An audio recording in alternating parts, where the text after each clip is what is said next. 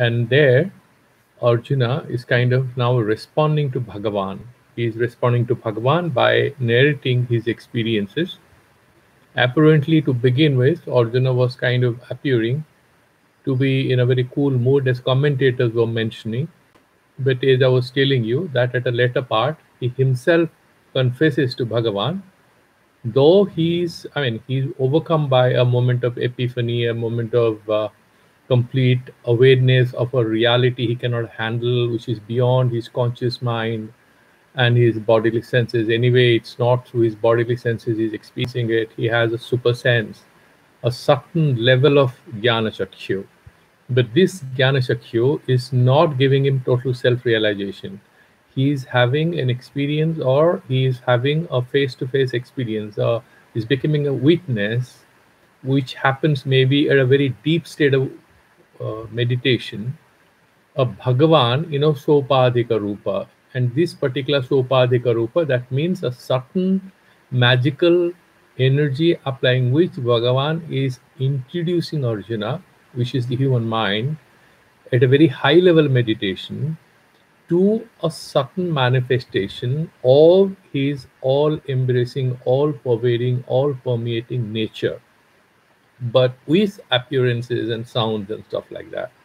Because Arjuna hasn't gone to that level where he's being able to realize the Brahma Satta Swarupa is non-different from him. That is the highest level of realization, where there is no one, no Bhagavan, no Bhakta, that is only Atma Eva. That's Chinamatra or Sanamatra Padartha, only isness. He hasn't gone there. He has a long journey. And therefore he's saying Veditabhya. He himself says, I understand that I see all this, but I can jolly well understand that what I see is the particular process where I can use this as a basis of my anumana as to what you may really be, because you are just showing me the Vishwarupa and you have mentioned it to me that you are beyond everything, which means you are much beyond this Vishwarupa, beyond this cosmic appearance of yours. Your nature, your cosmic nature is much beyond your cosmic appearance. So Arjuna here has mentioned that how Bhagavan has a compassionate eye, Sasisurya Netram. So he has one eye of compassion towards the aspirants of knowledge and love and dharma and stuff like that. At the same time, he has another eye of punishment, of destroying ignorance, for the ignorant, for the trapped ones, right? And the asuras and people who are kind of working in a contradictious manner vis-a-vis the divine will. And therefore, he's having this Dipta Hutasa Vaktram, right? And he's seeing fire coming out of his mouth, and he finds that the Bhagavan is kind of heating up, burning, torturing, troubling this whole universe with his energy. So he, for the first time, is witnessing that aspect of divinity, which is compassionate, but it has also that particular aspect of punishing, of rewarding people according to their own karma. And then he gets a little scared. Then he will discover more about, because he had this worry whether this war I'm going to win or he's going to lose, that he had. So in the verse number 20th, we read Dyava Prithivyor idamantaram hi vyaptam tvayakena disasya sarvaha. Then he's saying that he's all pervading and he's everywhere, and he can sort of, he permeates all the 10 directions. And Jistadvatam Rupam Ugram Tadevam, and this particular extremely harsh, extremely angry, extremely violent, is very difficult to understand that, because he's seeing a mixture of too many things, and he's experiencing as if in fractions of a second. He has one picture and another. He's stably seeing the Vishwarupa, but there are too many things to see for him. His consciousness is too limited. Lokatrayam Prabhyatidam Mahantam. So he sees that the Devatas, the Rishis, and the Asuras in the Patala Loka, all of them, they are damn scared of Bhagavan. Amihi Twang Sura Sangha Vishanti, and all these people, Asura and Sura, both we had understood that, and the Twam or Twa, if you read it as Twa, you can make that for the Cheda.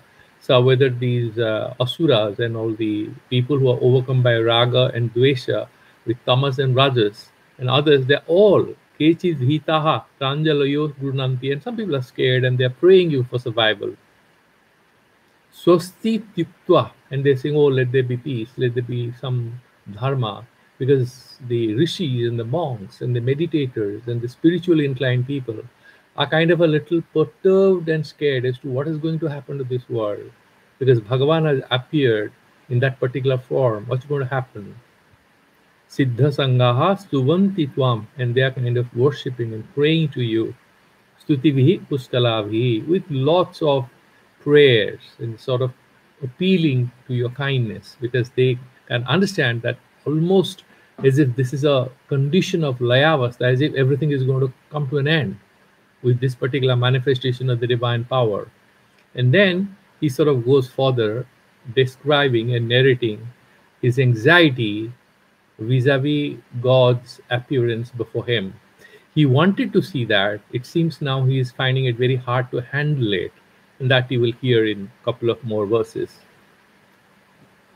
Rudraditya vasavo ye cha sadhya visve svinau marutasya puspapasya gandharva yaksha surasiddha sangha vikshante tva vismitasaiva sarve. Rudraditya, Rudra and Aditya, the Ekadasa Rudra and Dwadasa Aditya that we have studied. He has mentioned about his vibhutis in the 10th chapter. And the Astavasus, Basavaha. Yecha Sadhyaha. The Sadhya here is, it's not that Sadhya Sadhaka, that who can be achieved. Sadhya here is referring to a class of divinities. Okay, like you have Vishwadeva, similarly you have Sadhya Devatas. There's a long story about it, that between sadhya and dharma, and there were these. The sadhya is actually a daughter of Daksha Prajapati, and these 10 people are born. Is basically a class of devatas. Okay, so they are this whole Gana. I'll read out while doing the commentary of all these names, and these were and the sadhya devatas also. Okay, and the sadhya, and then Vishwa is all the Vishwa Devatas, and also them, and then Aswino, that were Aswini Kumaras, okay, who are basically having a lot of healing power.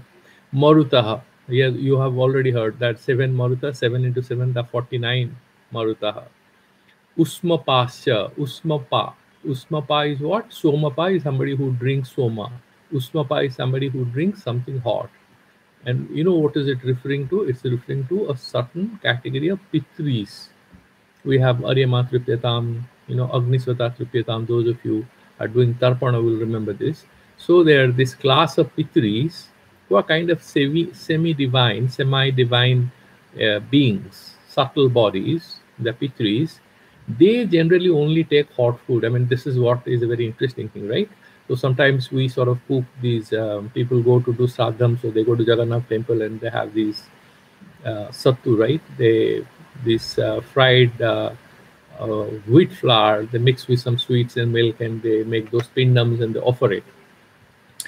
But some of the sastras, some of the texts mention that they generally only accept food which is warm or hot, because they are in the sky and they are drinking sun rays all the time. That's also another interpretation.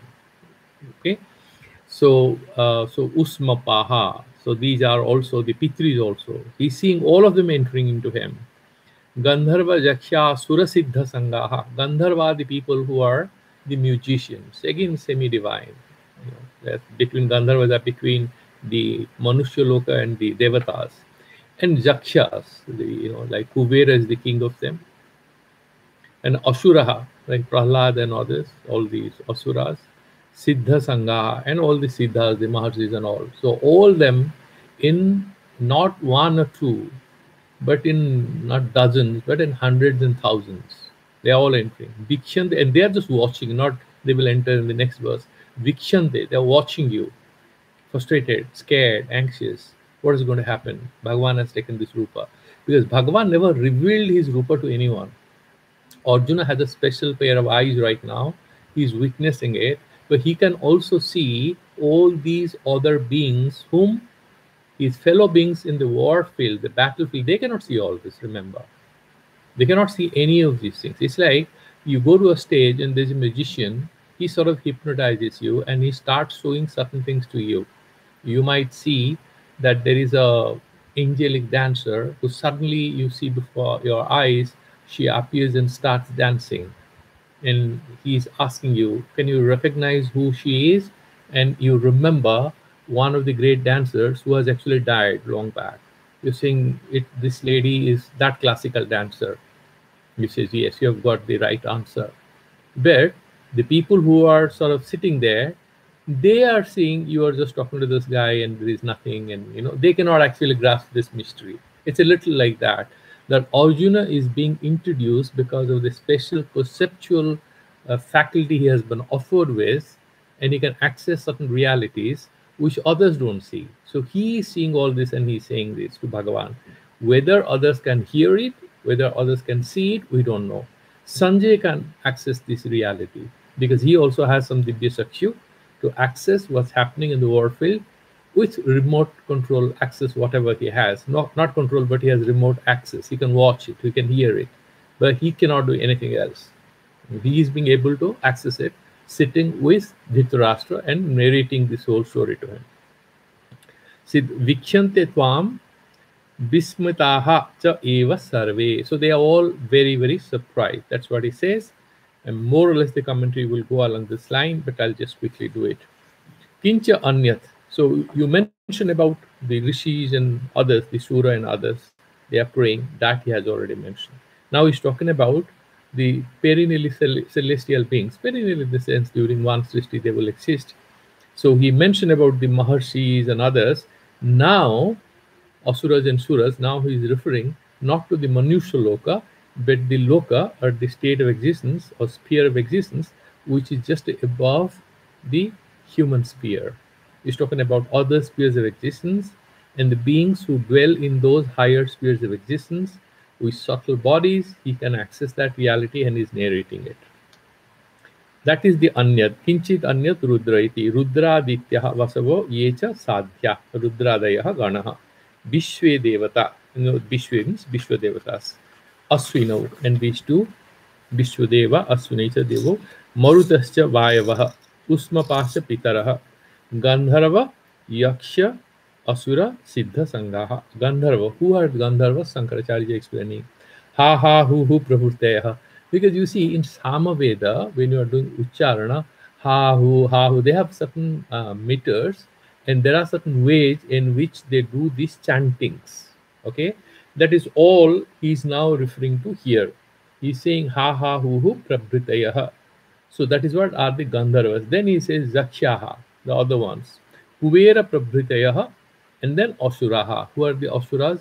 Virochana prabhritayaha. Virochana is one of the Asuras, but he was a very enlightened one, and he had gone with Indra to Prajapati to understand the nature of self, but he was stupid. Halfway he thought his appearance is his Atma. And that is how he lost the game out there. Where Indra stayed back for 105 years, he got complete Atma Jnana with Prajapati. That is in Chandogya Upanishad. Then Siddhaha. And who are the Siddhas? Monks who have complete Siddhi. And he's explaining who are they. Kapiladayaha. The Kapila is written Sankhya Sutras, is Kapila. Kapiladaya Tesam Sanghaha. So they are, in samuhas, in groups. Gandharva Yaksha Asura Siddha Sangaha Te Bikhyante. Bikhyante means what? Pasyanti. They are watching you. They are looking at you. Twa. Tvam Bismitaha. Bismayam Apannaha. Bismita means they have got that sense of wonder and anxiety, a bit of fear. Bismitaha. Santaha te eva sarve. So all of them are kind of scared of you. That's what he mentions. Now let's do one more this, and we will look at the Madhusudana together for both the verses. Now in the next verse, what does he say? Rupam mahatte bahubhaktra netram mahabaho bahu bahrupadam bahudaram bahu drashta karalam drishtva loka prabhyatithas tathaham. Rupam Mahat Te. This Rupa, this great Rupa of yours. Rupam Mahat. Mahat Rupam Te. Te means of yours. Bahu Bhaktara Netram, and you have a lot of heads. We have already discussed that. He has multiple heads, millions of heads, millions of eyes, millions of hands. And a Bahu Bhaktara Netram, a lot of faces and a lot of eyes. Every face will have 2 eyes or 3 eyes. Mahabahu, and he has these long arms, powerful arms, and he's holding a lot of weapons with these millions of hands. And Bahu Rupadam, and Bahu Bahu Uru Padam, because there is a dirgha. Bahu Bahu Rupadam. So Bahu Bahu is a lot of arms, and Urus and thighs, millions of hands, millions of legs, and millions of thighs. And Padam, obviously, you have millions of legs, means you will have twice as many feet. Bahudaram, and as many bellies, because you have so many heads, so many bodies. Bahudraksta Karalam, and obviously, when you have a lot of heads, each head will have teeth. But here he's referring to the teeth which are frightening. And why does he say frightening? There is something that you have to pay attention as to why he's mentioning that these Drashta Karalam, because he will say in the next verses that these teeth are the ones of teeth of time which sort of eats up all these jivas, all these people who are on earth. And then he's saying, Drishtva lokaha. Now these lokas, all the 3 lokas, Swarga, Matya, Patala, when they see you in this, in particular form, this Vishwarupa, Prabhyathita, Vyathita Prakarshena, Vyathita, Prabhyathita, they're completely disturbed, they're perturbed. Tatha aham, they are perturbed, I am not away from them. Even though I have a special pair of eyes to see you as you are, that doesn't give me any special ability or spiritual power to digest what I see. I'm seeing, he's seeing Bhagavan, but he doesn't have any additional powers. He doesn't have any additional spiritual powers to digest, to sort of handle this reality that he's a witness to. And here, what says Sankaracharya here? Yasmat, why? Why so?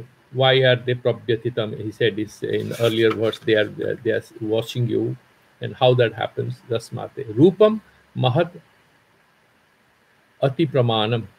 Okay, Mahat Ati Pramanam. They are seeing this, which is pretty frightening. It's vast, and there is no doubt about it. It's all appearing right before the eyes.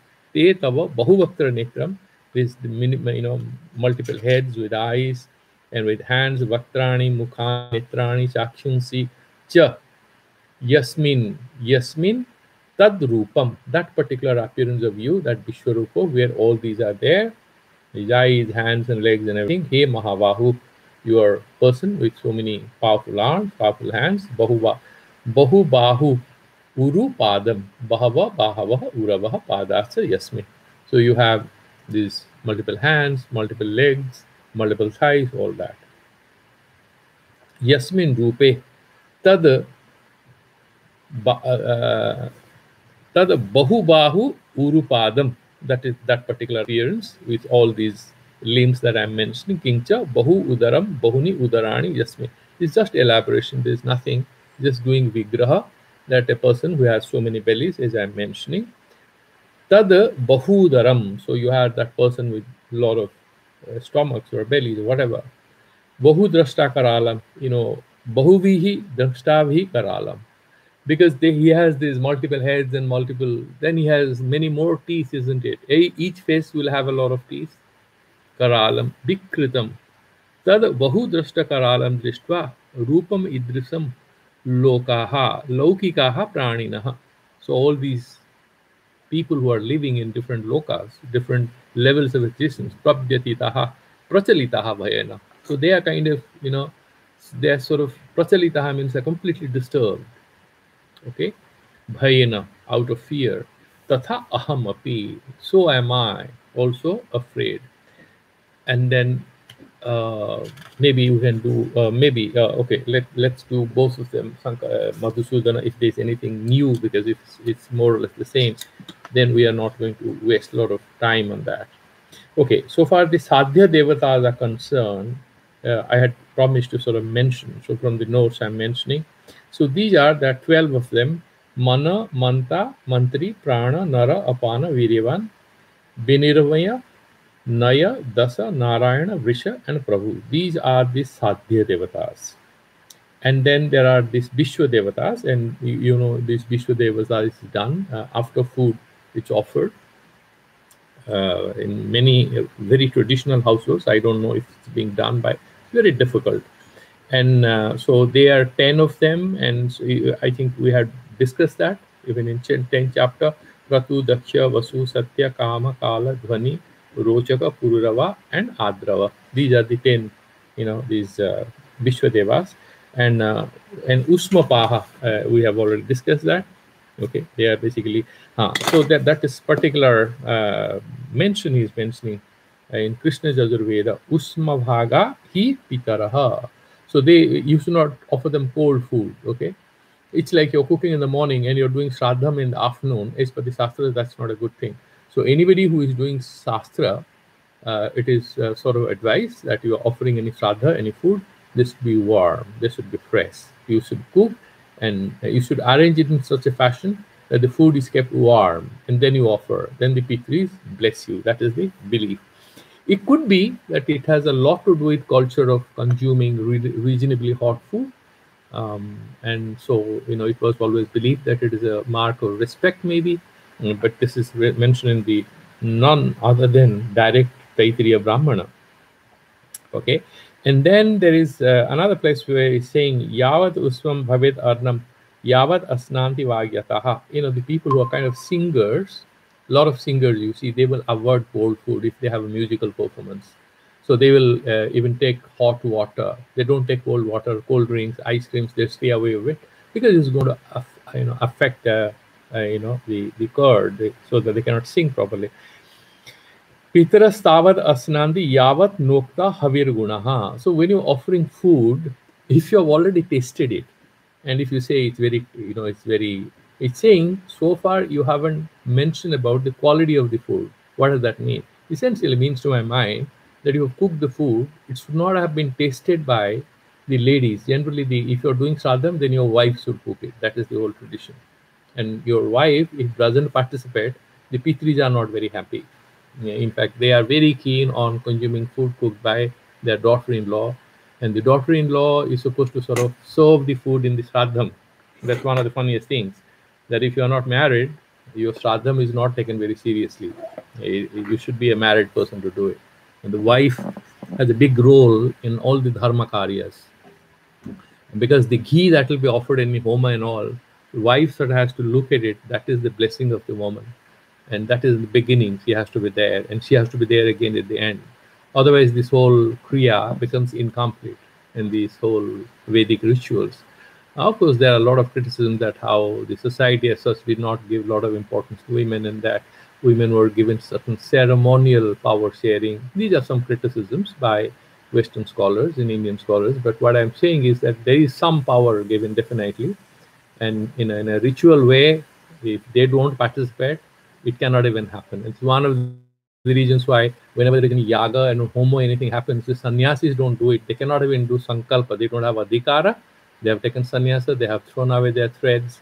Even if they are brahmacharis, they cannot sit in the yagas where there is need for a wife. Because if you don't have a wife, you may be the wisest of Sanskrit scholars, but you cannot do anything because wife has to kind of bless the whole event.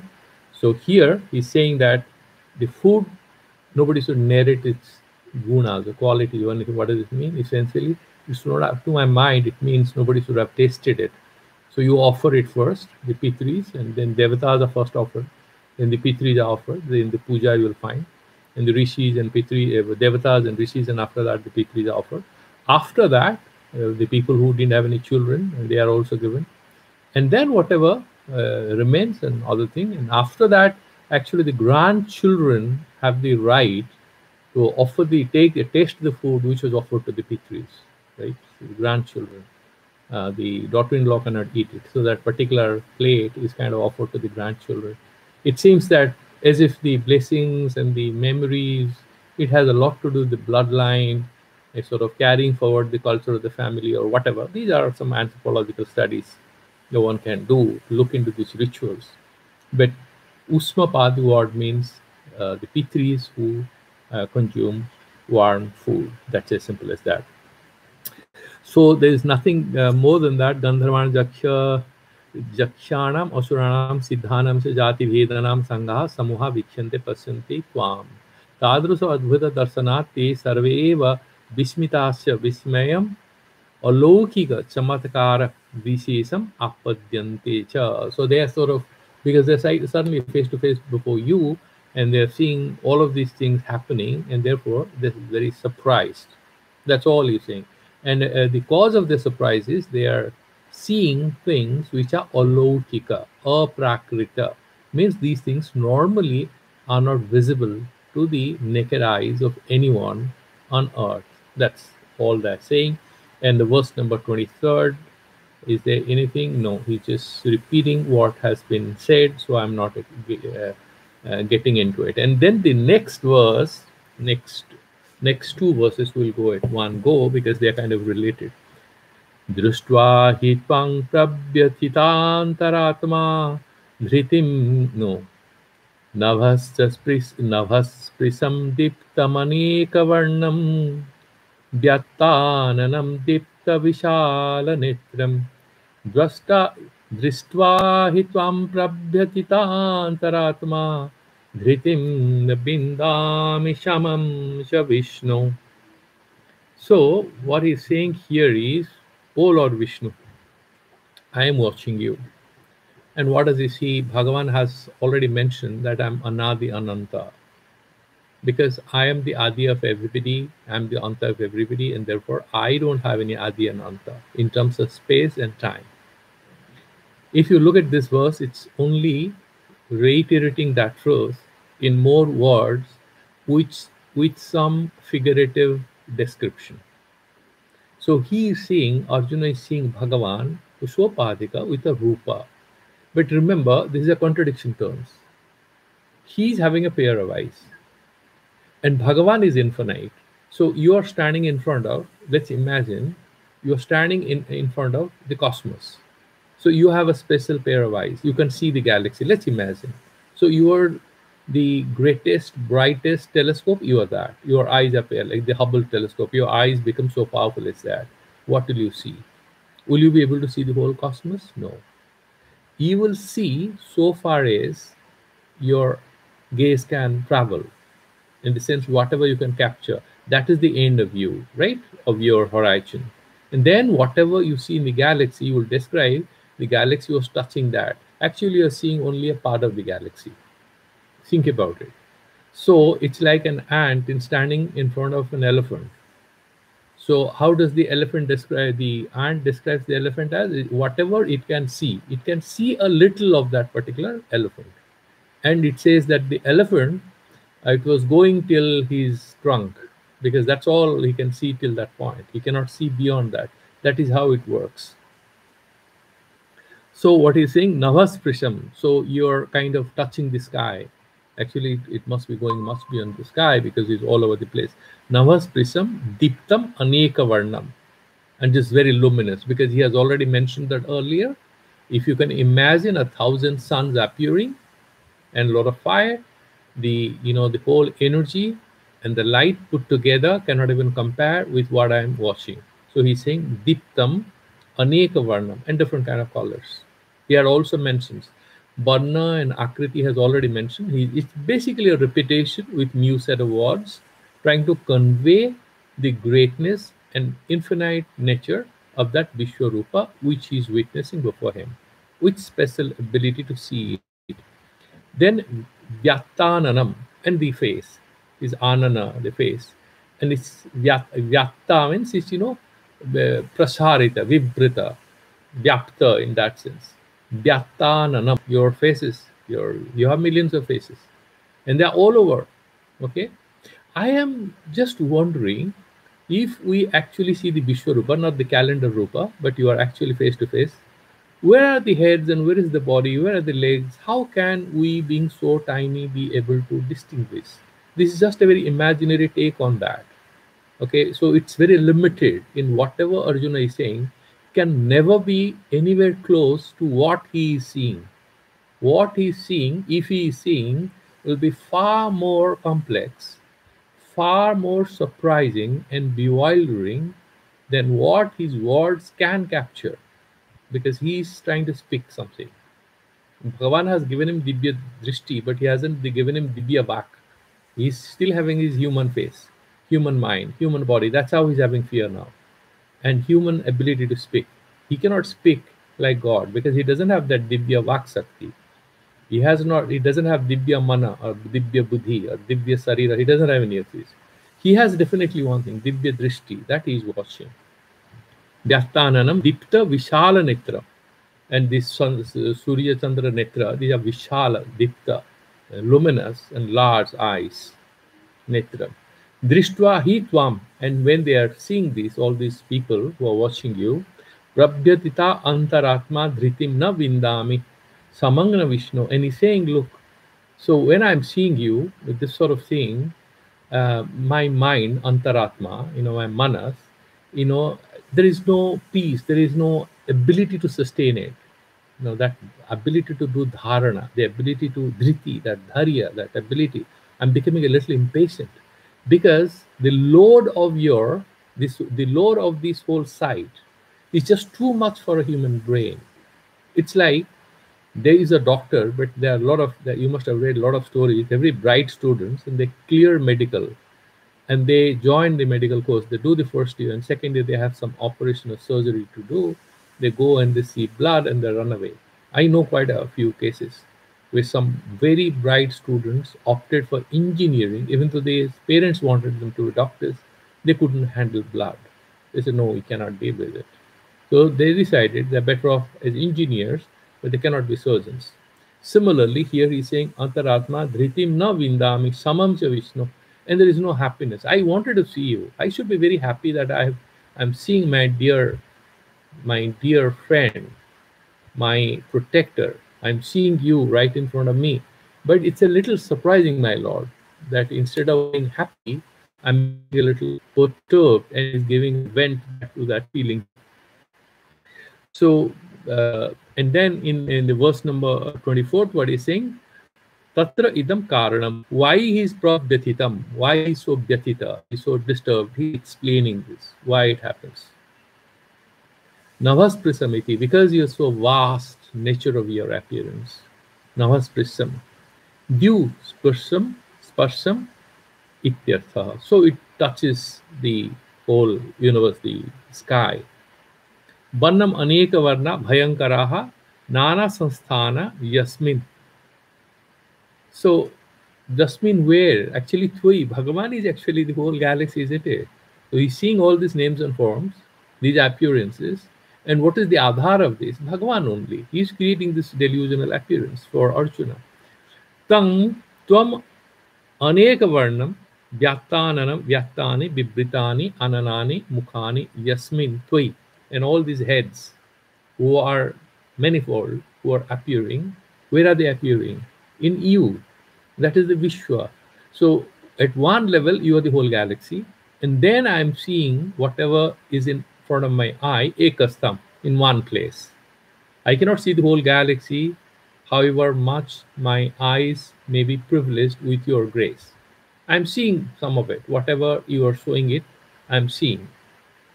As much as possible, which is far greater than anybody can see, and yet I'm seeing all this. And where I'm seeing it, that where is you only. Because the whole universe is you, and then I'm having some name and form. Now look at the Vedantic thing here. It's like the atmosphere is held by space. So this Vishwarupa is appearing on the Vishwa, and the Vishwa itself is what? The Vishwa is a creation of the Lord. Each part of Vishwa is permeated by the Lord, right? Lord of the universe. So he is seeing the universal appearance of the Lord in the universe. which is pervaded by the Lord. So you cannot say he is seeing Vishnu the way you see fish in a pond. The fish is in the middle of the pond. No, he is seeing the fish in the fish. He's seeing Bhagavan in the Vishwa. That Vishwa Rupa is in the Vishwa, and that Vishwa is the Karya Rupa. That is a product. That is a product or Karya Rupa of Bhagavan, because he's Sarvanyamaka, Sarvasrashta. So that is the difficult part that he's trying to convey here. Yasmin, where is it, this particular eyes and heads? It's in you. And I'm seeing all that. Tvam vyattananam diptam vishala netram diptani prajwalitani visalani bistirnani. They are all spread. All, you're seeing the large spread of these millions of eyes and big, big eyes. Netrani Yasmin tvai, in you. Tam. Seeing that rupa, which is unlimited. Tvam dipta visala netram, the one which is having these luminous large eyes. Drishtvahi tvam prabhyatita antaratma, prabhyatitaha prabhito antaratma manaha. That is my mind, which is extremely scared and anxious right now because of this vast appearance that I'm dealing with. I'm verily afraid of you. Antaratma manojasya. Who is that? It's me, mama. So aham, I am that. Prabhyatita antaratma. I am this person with a disturbed, terribly disturbed mind. I wanted to see you, but I'm not being able to handle what I am seeing. Antaratma san dhritim. And what am I losing? Dharyam. I'm finding it very impatient. I cannot take it anymore. Okay, it's like you asked for, the best example one can give is, you remember these, roller coasters in, these amusement parks. So children are very excited. I want to be on the roller coaster. But the roller coaster starts moving, and the hands and all are tied for safety, and the children start crying. The ladies, the mom sitting next, they also start crying. Sometimes the dads also start crying and shouting, and they want the roller coaster to stop so that they can come out. It is a time bound. So this Vishwarupa Darsana, he cannot take it anymore.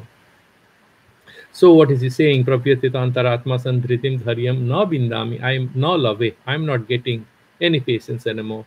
Shamang cha upasamam manaha tushtim. Hey Vishnu, now can I have this? Okay, I'm happy. I want to, he's not having contentment or peace, but he's, verily disturbed by the grand appearance of Bhagavan, because Bhagavan is showing what he is.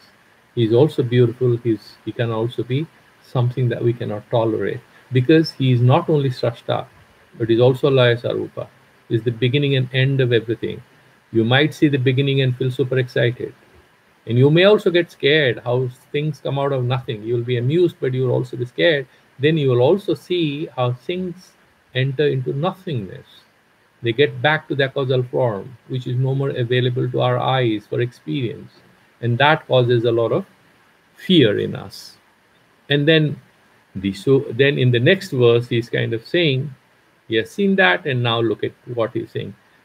Drangstra karala nichate mukhani drushti bakala nalasang nivhani diso na jane nalabhe cha sarama prasida deve sajagan nivasa. He's now praising the Lord. Come back to your normal form. He's trying to sort of plead. I'm happy, my Lord. He's saying, these violent teeth you have, with which everything is kind of sort of, all of them kind of things are getting destroyed through you. You're the creator, you're the destroyer. Techa mukhani, your very fierce teeth, which are burning, full of fire. Because this whole earth is so beautiful. What about the volcanoes? This part of Mother Earth. It has its beauty, and the volcanic eruptions are part of its beauty. You cannot say that it's the beautiful thing, the mountains and the Ganges, the snow-clad Himalayas, that is what is Mother Earth. No, you have to also accept the deserts, where you won't get a drop of water, and the volcanoes, and the earthquakes. They're all part of this reality called Mother Earth, isn't it? We see something, we want to evaluate. We isolate that part, and we talk about it. We take pictures of it. But Mother Earth is all of it. Mother Earth is also floods and cyclones and earthquakes and volcanoes, all of it, isn't it? And deserts, so all together. So you have Rudra Rupas and Somya Rupas. You have peaceful, loving faces of the mother and very fierce, punishing faces of the mother. Depends on where you are and what is the mood of her. That is what Bhagavan is saying. It's exactly like that. Dashta karalani chate mukhani drishtva eva. When I see that, Kala Anala Sannivhani, and it is Kalanala, the fire of time, that sort of, which is burning everything. Sannivhani. Disho na jane, I don't even know what is the direction, which is north, which is south. Why? Because this particular Vishwarupa is pervading all directions. So now he doesn't know what is Purva, what is Paschima, what is east, what is west. How does he know? Why? Because what is Brahman? We have studied earlier. Desa Kala Vastu Paricheda Sunyam. That is Brahman. So it doesn't have Desa, Desataha, Kalataha, Vastutaha. It is aparichina, unlimited, undefined. There are no limitations on it. Which means once you are seeing Brahman, the disas, the 10 disas become superfluous. They don't exist. Why? What you see is the complete thing. When you see a little and there is a vast horizon around it, then you talk about east, west, all that you can talk about. When you see a limited thing, and when limited thing is moving, you can say it's going from east to the west. What you see is Sarvatmaka, where you see is all pervading, then you don't have this opportunity now to talk about direction. Because as the Western philosopher Immanuel Kant, he also accepts this time and space are just creations of us to make sense of reality. Right? This is how we are looking at it, to make sense of things. But at that level, at the level of Brahman, time and space melt down. They don't even exist. Why? Because there is ever presence. There is no past, no future. Past and future are relative. You have 20 years, you are living for 3 years, then you can talk about a beginning and an end. But if your time was infinite, that means always there. There is no past, no future. Same way as you are everywhere, then there is no direction. So disho na jane, nalavecha sarma. The sarma and the same thing, sama, is having absolutely, no containment, whatever. Prasida devesa jagan nivasa. Because jagan nivasa, this whole jagat, this whole thing, he is the house of everything. He is that foundation, the adhar, where everything else kind of sustains itself. Let's look at Sankaracharya, how he sort of explains this. Drashta karalani drakstrani drakstavihi karalani vikritani te tava mukhani. With these teeth, your face is kind of vikrita. Why should he use this word? Vikrita, akrita word. These are all mental, mental forms, constructions of the human mind. And this little fellow has got Dibya Sakshu, doesn't have a Dibya Mana or Buddhi at this moment. He's not a Jnani as yet. He's on that path. And he's suddenly given a reward much earlier than his own capacity to handle it. And he's saying, Bikritani, because as if they're so fearful, he believes that they should not be so harsh. And how does he deal with it? Tetava Mukhani Drishtva. Okay, Drishtva eva upalabhya. So when I'm getting it means I'm receiving kalanala sannivhani. So what is that he's fearing? What is he witnessing? How does he describe it to himself? He's saying what? Pralaya kale lokanam dahoka agnihi. He's thinking that kalanala is that if there is actually, that cataclysmic end to this whole universe, it's like apocalyptic end to this whole universe at Pralaya, where everything will come to an end. That Dahaka Agni, which will burn down everything, Agni, Kalanala, Tat Sannivhani. So, it's like that, Sadrishani. You're the fire which is moving out, coming out of your faces, your burning eyes, thousands of suns light together cannot compare with the splendor, the glaze, the fire that is coming out of it. Therefore, he's saying it's going to burn this whole universe. At the time of Pralaya, as if Drishtva ityetad dishaha. He's afraid. He doesn't know what is future, what is past, which is east, what is west. Prithvi para vivekena, purva para vivekena. So that na jane, so I don't have the viveka, that ability to discriminate that it was 5 minutes back, this is going to be 5 minutes after, and that this is east, that is west. These senses of direction, discrimination I've lost. Okay? So ding mudho, so that disa sakti, that disa jnana, he doesn't have. So he becomes ding mudha. Okay, so he's having jatasmato na labhe. So he's jatasmato na labhe, na upalabhe cha sarmaha. What is that? So sarmaha sukhamataha. So he's sukham, that particular happiness that he wanted to see and enjoy Bhagavan, he's not having that anymore. So he's saying, Prasida, prasanno bhava he Bhagavan. He's saying, oh Lord, be kind to me now. Prasida, prasanno bhava he devesa jagan nivasa. So you are the home of this whole jagat, everything sort of sustains by your kindness. You be, please have kindness on me. Just imagine that you are asked for something, when divinity decides to give it to you. This is a very contradiction in terms. Many times in life, God fulfills what we have sought for, what we have aspired for. But we do not have correct pair of eyes. We don't have a clear mind when we are asking it. But when actually it's fulfilled, what is there right in front of us is something that we actually didn't need it. We were kind of driven crazy by our mind. And that is what is kind of coming out of it. That much of it, much of what, and this is a very spiritual thing, but even everyday life, many of our cravings are problems of the mind.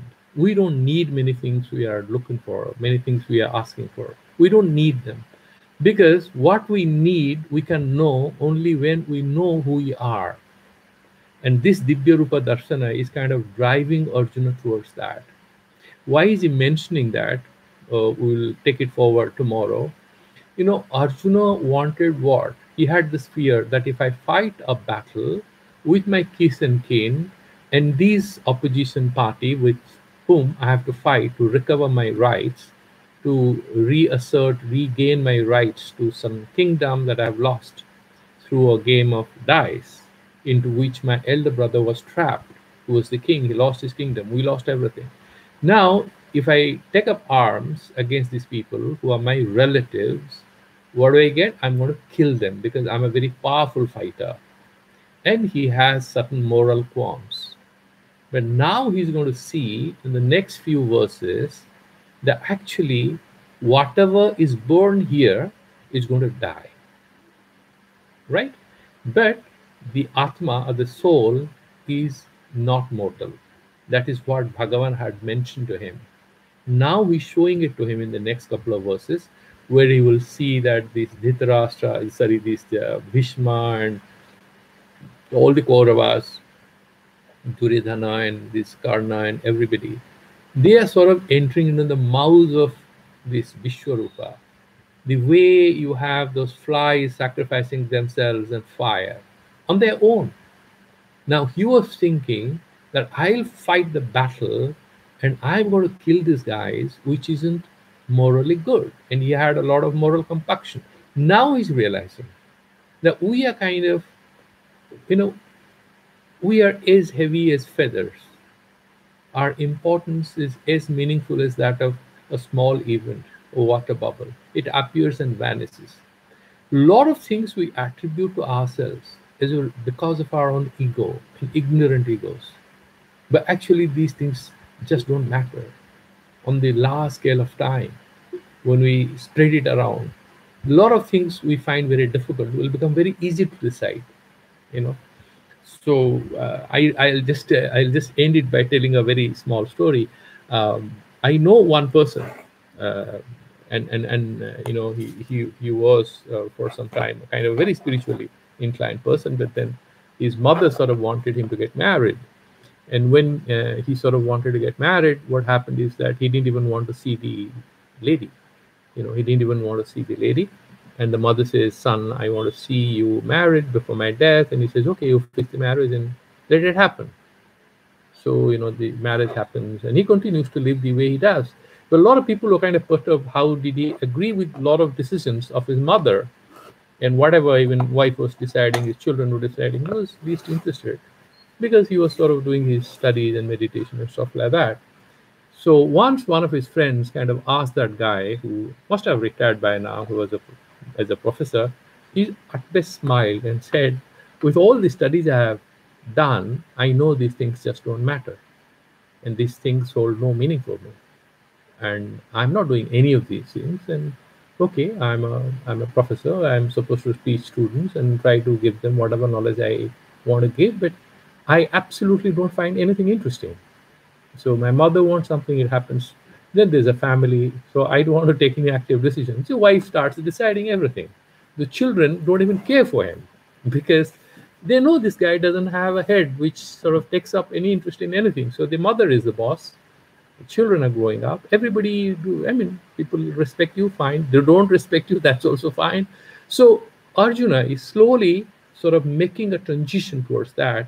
But in a lot of cases in our lives, you'll find that a transition of the mind from a state of attachment to a particular way of looking at things to a new way of accepting truth. In between, the transition will be a little painful, which may involve a certain experience involving a bit of what do you call it, perturbation, some agitation. Symbolically to my mind, this Vishwarupa Darshana and the fear that he's talking about is representing that apparently helpful trauma. Remember, this is not a bad thing. This is a helpful trauma without undertaking which he will not be able to attain that level of equanimity that he have been looking for. So Bhagavan sort of is giving him. So a lot of times in this spiritual evolution, we pass through these uh, apparently traumatic events, apparently hard shocks, which sort of seem to trouble us. And then after some time, we realize that we have enormously benefited from that particular event. Now, Arjuna is going to sort of share his fears and anxieties in a couple of more verses. But you'll find that these are not anxieties of a fool. These are anxieties of a guy who is very quickly transitioning to a higher level of self awareness. And that is the takeaway for us who are at the beginning stage of our spiritual yearning, our journey. So we'll take that up tomorrow. Okay. And I'm just sort of putting an end to the YouTube thing. If you have any questions, you can ask me.